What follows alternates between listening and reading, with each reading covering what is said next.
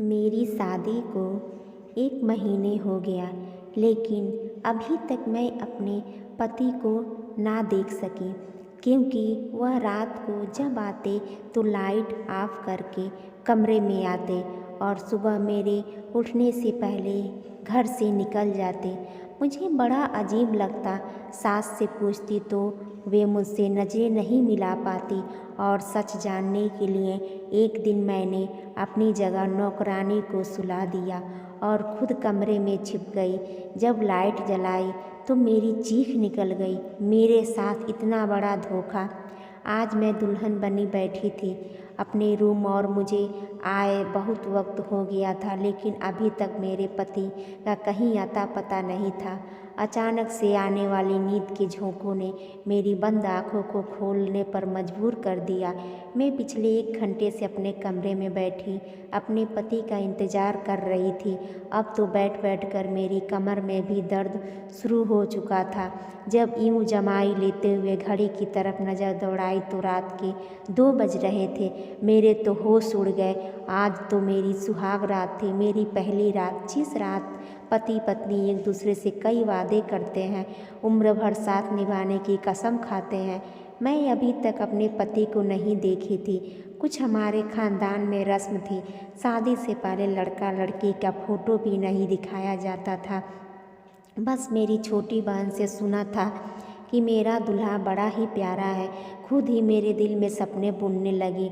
रात को इंतज़ार करते मुझे और जाकर कमरे में बिठाया गया। मैं बड़ी डरी सहमी थी, मगर इतने घंटे के बाद सिर्फ कमर दर्द कर रही थी, बल्कि जमाई लेकर मेरे सारे सपने ख्वाहिशें भी ख़त्म हो चुका था। एक बार तो सोचा कि उठ के बाहर जाऊं और जाके देखूं कि आखिर मेरा पति कहाँ है, मगर फिर बाहर जाना मुनासिब नहीं लगा। जब नींद के बहाने लगे तो मैं यूँ बैठे बैठे बेड के क्राउन को टेक लगाकर सो गई। अब और इंतज़ार करना मेरे लिए मुश्किल था। तभी दरवाजे का लॉक खुलने की आवाज़ आई। मैं हड़बड़ा कर आँख खोलकर देखने लगी, मगर कमरे में खूब अंधेरा फैल चुका था। मैं सहम कर कहा कि कौन? अगर पैरों के चप्पल की आवाज़ मुझे सुनाई नहीं दी। मैं सकपका कर बोली, सुनिए जी, आप हैं? ये कमरे में इतना अंधेरा क्यों कर दिया? क्या लाइट चली गई? मैंने एक ही सांस में कई सवाल कर डाले। अभी गला खखार कर एक मर्दाना आवाज़ गूंजी, मैं हूँ आपका पति। इतना सुना था कि मेरे दिल की धड़कन तेज हो गई। हालांकि मैं जानती थी उस वक्त मेरे कमरे में मेरे पति ही आ सकते हैं। ऐसा लगता था जैसे पति की आवाज़ सुनकर मेरी सारी थकान वही दम तोड़ गई हो। अब मुझे शर्म आ रही थी, मगर एक बात की हैरानी थी कि आखिर पति ने कमरे में आते ही अंधेरा क्यों कर दिया। मुझे यह बात थोड़ी अजीब लगी। अगर लाइट चली गई हो तो मोमबत्ती या टॉर्च ही कमरे में ले आते। मैं आंखें फाड़ फाड़ कर देखने की कोशिश कर रही थी कि जब मुझे एक मर्दाना साया अपनी तरफ आते हुए नजर आया। पति मेरे सामने आकर बैठा और कहने लगा कि माफ़ कीजिएगा, बाहर दोस्तों में गप्पे लगाते हुए वक्त का पता ही नहीं चला। आप तो जानते हैं कि ऐसे मौके में दोस्त कहाँ छोड़ते हैं। आप काफ़ी थक गई होंगी, मुझे लगता है आपको सोना चाहिए, बाकी बातें हम कल कर लेंगे। मेरे पति की ये बातें सुनकर मुझे बहुत अटक रहा था। उसके मुंह से हकलाते हुए शब्द भी ठीक से नहीं निकल रहे थे। इसका हरगिज़ ये मतलब नहीं था कि उन्हें अटक अटक कर बोलने की बीमारी थी। वे तो यूँ बात कर रहे थे जैसे मुझसे शर्मा रहे हो।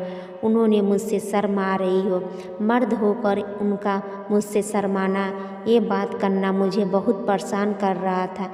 फिर याद आया कि छोटी बहन ने भी बताया था कि दीदी, आपके मंगेतर बहुत शर्मीले किस्म के हैं। मैंने पति से कहा कि आपने कमरे में अंधेरा क्यों कर दिया? आप मुझे देखना नहीं चाहते?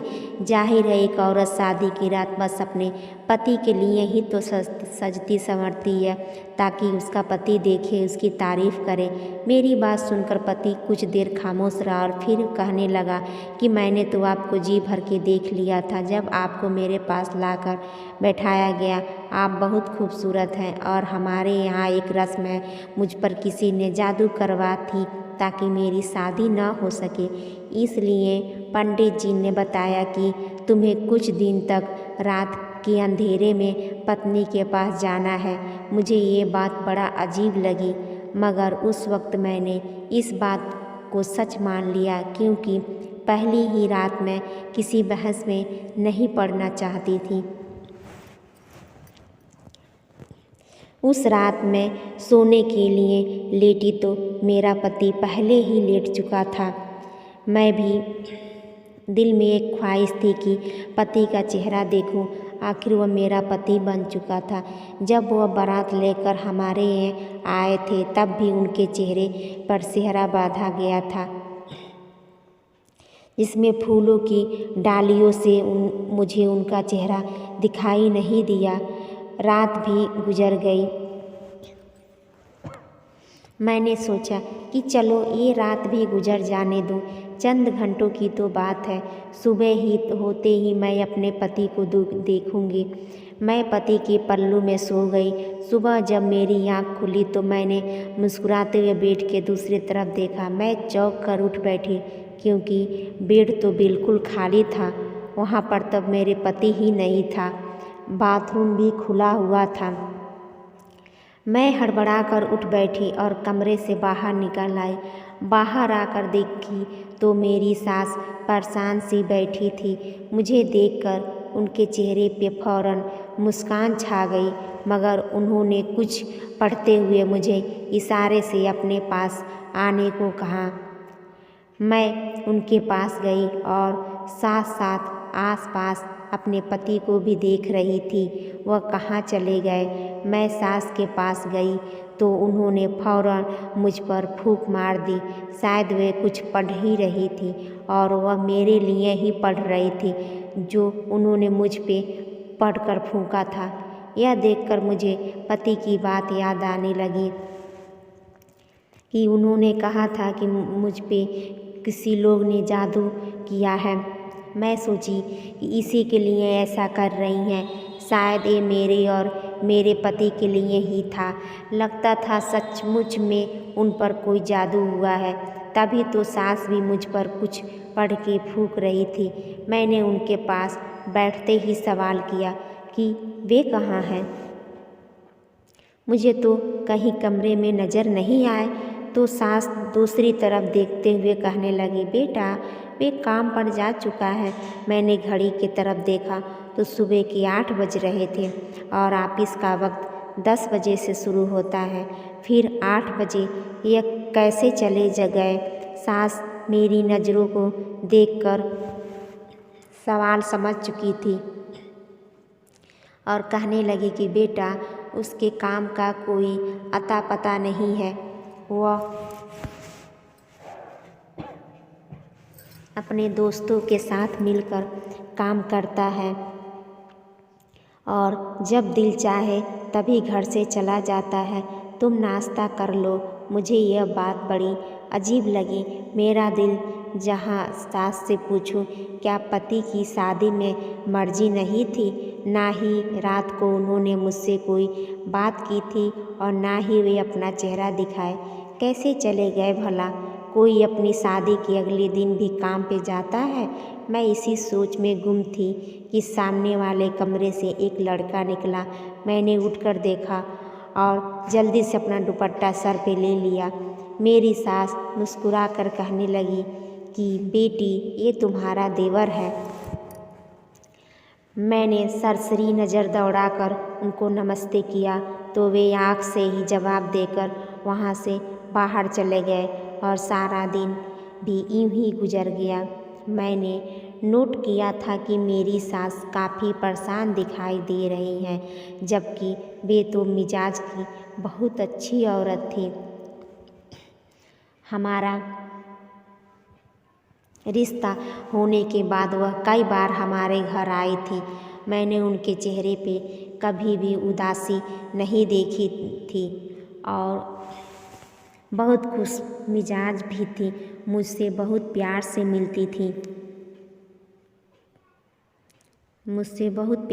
मिलती थी। तो मैं बहुत खुश थी कि चलो सास और बहू की खूब जमेगी।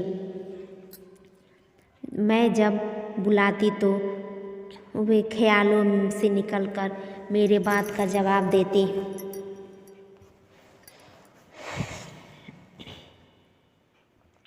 इस घर में मेरे पति सास के अलावा एक मेरा देवर भी था। हम 4 लोग ही यहाँ पर रहते थे। मैं शाम में अपने पति के आने की राह देख रही थी। बिल्कुल नई नवेली दुल्हन की तरह सज संवर कर बैठी थी। तभी दरवाजे पर दस्तक हुई। मैंने फौरन मुस्कुराकर दरवाज़ा खोला तो सामने मेरा देवर राहुल खड़ा था। वे मुझे यूं खड़ा देखकर हड़बड़ाते हुए नज़र चुरा लिया। मैंने भी उससे नमस्ते किया और वापस अंदर आ गई। रात बहुत हो चुकी थी। बार बार मेरी नज़र घड़ी पे जा रही थी। न जाने मेरा पति कहाँ रह गया था। सास ने ज़बरदस्ती खाना भी खिला दिया। देवर भी वही खा रहा था। मुझसे महसूस हुआ कि जैसे वे मुझे चोरी चोरी देख रहा था। मैंने जब उसकी तरफ देखा तो बौखलाकर नज़र ही बदल दिया और फिर आधा खाना छोड़कर घर से चला गया। मेरे दिमाग में बहुत ख्याल आ रहे थे। मैं यूं ही बैठी सोच रही थी कि आखिर वजह क्या थी। दिल घबराने लगा तो बालकनी में खड़ी होकर रोने लगी। आँख में आंसू बह रहे थे। शायद मैं उनको पसंद नहीं आई थी। वे मुझसे नफ़रत करते थे या फिर उनके दिल में कोई और है। मैं अभी यूं ही खड़ी रो रही थी कि तभी कमरे में खूब अंधेरा फैल गया। हल्की रोशनी बालकनी के बल्ब की थी जिसमें मैं यूं ही जलता छोड़ और फिर कमरे में चली आई। मेरे पति योगेश दूसरी तरफ मुंह किए बैठे थे।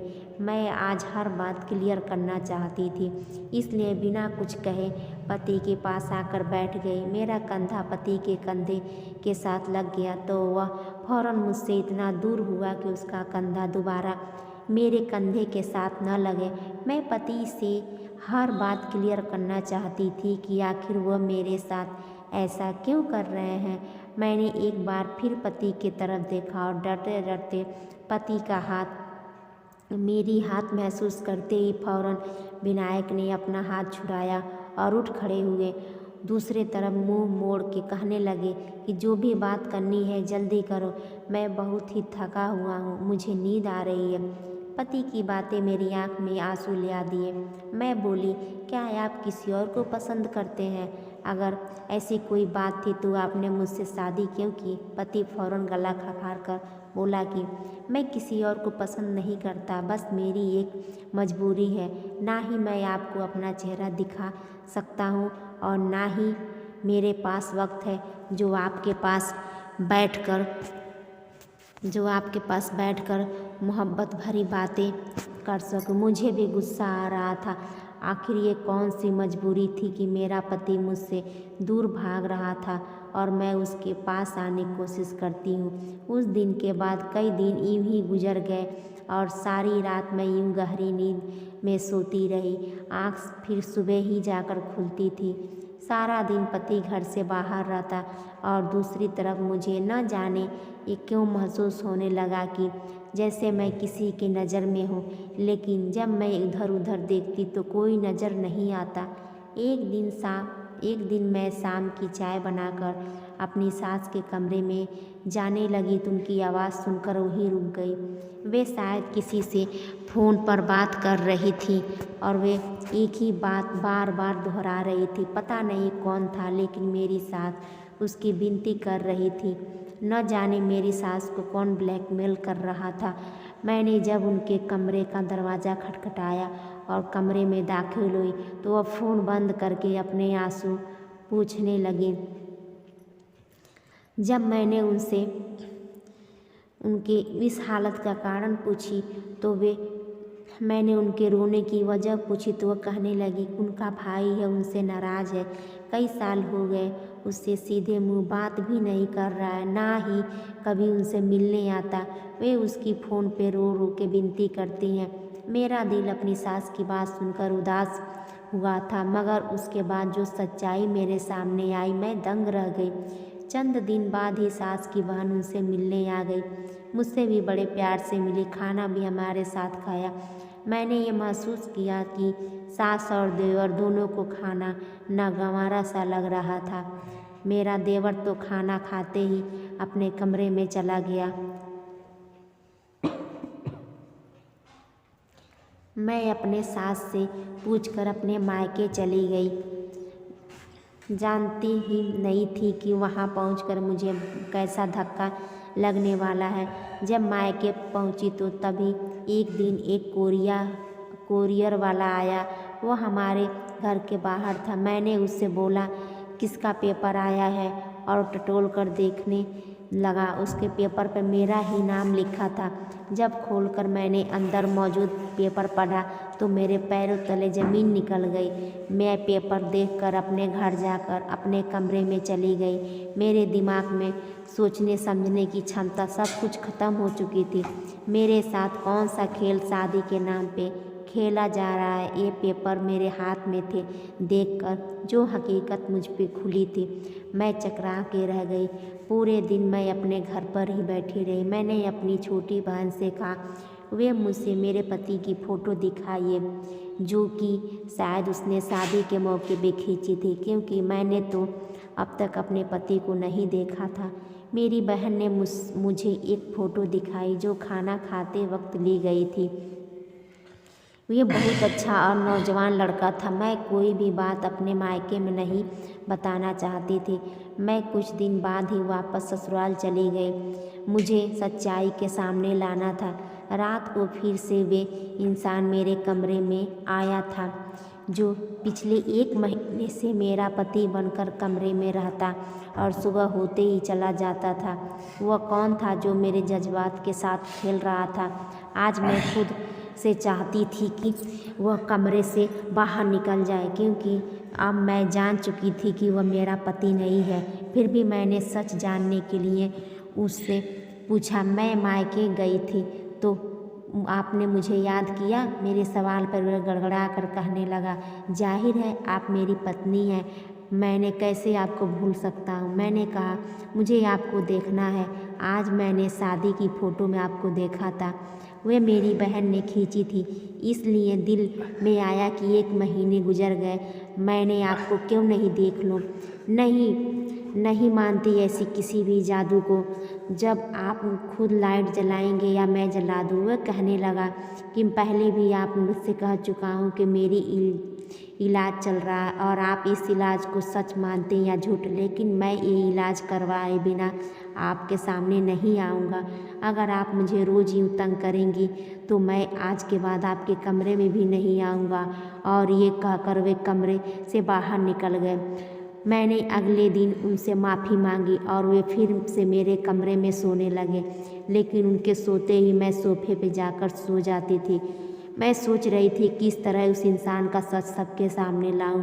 अगले दिन मैंने अपनी नौकरानी को यह कहकर घर पे रोक लिया कि मेरी तबीयत कुछ ठीक नहीं है।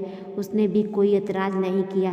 रात को मैंने नींद की दवा दूध में मिलाकर नौकरानी को दूध पिला दिया और उसके बाद उसे अपने बिस्तरे पर सुलाकर खुद में छिप गई और वहाँ छुपी जहाँ कमरे की लाइट के बटन लगे हुए थे। रात को काफ़ी देर बाद वह इंसान मेरे कमरे में आया और बेड के दूसरी तरफ बैठ गया कि मैंने फ़ौरन लाइट जला दी। और जब मैंने उस इंसान को देखा तो मेरे होश उड़ गए। वे तो मेरा देवर था। तो क्या पिछले 1 महीने से वह मेरा पति बनकर मेरे साथ मेरे कमरे में रहता था? तो कौन मेरे कमरे में आता और मेरा देवर मुझे धोखा दे रहा था? मैंने उसका कॉलर पकड़कर उसे झकझोर के रख दिया। उसने मेरे साथ ऐसा क्यों किया? वे कहने लगा, मैंने आज तक आपके साथ ऐसा कुछ नहीं किया कि आप या मुझे शर्मिंदगी उठानी पड़े। मैंने जो कुछ किया अपनी माँ के कहने पे किया, क्योंकि योगेश भाई शादी की रात ही भाग गए थे। मेरी माँ डर रही थी अगर यह बात फैल गई तो क्या होगा, इसलिए मुझे कमरे में जाने की कहती ताकि आपको इस बात का शक न हो जाए और बात बंद मुट्ठी में रह जाए। लेकिन मैंने आपके साथ कुछ भी गलत नहीं किया। मैंने कहा, मैं ये सिर्फ सच जानने आई थी। तुम्हारे भाई मुझे डिवोर्स दे चुका है, इसलिए मेरे इस घर से कोई रिश्ता नहीं है। मैं अगली सुबह अपने मायके चली गई और सारी बात अपने घर वालों को बता दी। मगर कुछ महीने बाद मेरी सास हमारे घर गई। उन्होंने मेरे घर वालों से माफ़ी मांगी और मेरा रिश्ता राहुल के लिए मांगने लगी। कहने लगी, अब अगर आपकी बेटी की शादी की तो आपको अच्छा रिश्ता नहीं मिलेगा। गलती मेरे बेटे का है और सज़ा आपकी बेटी क्यों काटनी। मैं योगेश से बहुत विनती की लेकिन वापस नहीं आया और इसके लिए मैं बहुत शर्मिंदा हूँ, लेकिन मैं अपनी गलती को सुधारना चाह रही हूँ। मेरी मम्मी पापा ने मेरा विवाह राहुल से करवा दिया। सच ही कहते हैं कि एक औरत ही औरत का दर्द घर बर्बाद भी करती है और आबाद भी करती है। आज मैं राहुल के साथ बहुत खुश हूँ। राहुल और मेरी सास ने योगेश से सारे रिश्ते खत्म